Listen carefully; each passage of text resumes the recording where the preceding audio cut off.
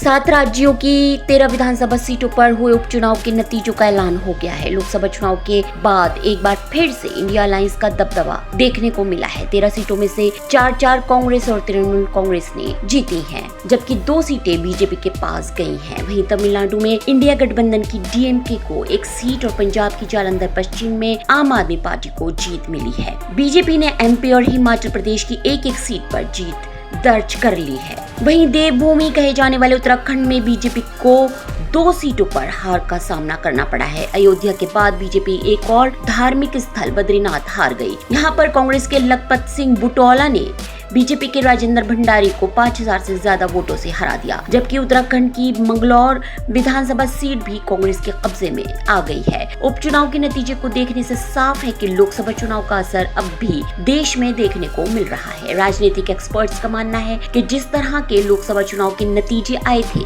उससे विपक्षी दल को काफी बूस्ट मिला है। एनडीए के लिए 400 पार का दावा करने वाली बीजेपी को 240 सीटों पर रोकने के बाद विपक्षी इंडिया गठबंधन के नेता फ्रंट फुट पर हैं। नेता विपक्ष राहुल गांधी ने संसद में जोरदार भाषण दिया, तो कुछ ही दिनों के भीतर उन्होंने गुजरात, यूपी, मणिपुर जैसे राज्यों के एक के बाद एक दौरे कर डाले। इससे कांग्रेस समेत विपक्षी दलों में नई ताजगी आ गई। पिछले 10 सालों में एक के बाद एक हार विपक्ष को नसीब हो रही थी, वो ट्रेंड एक ही लोकसभा चुनाव के नतीजों ने बदल दिया है। इसीलिए माना जा रहा है कि विधानसभा उपचुनाव में भी लोकसभा चुनाव के नतीजों का प्रभाव देखने को मिला। हिमाचल प्रदेश में बीजेपी भले ही हमीरपुर सीट जीतने में कामयाब रही हो, लेकिन देहरा, नालागढ़ सीटें गंवाती हैं। यूपी में कांग्रेस और समाजवादी गठबंधन ने शानदार प्रदर्शन करके उत्तर भारत में वापसी की उम्मीद बनाई थी।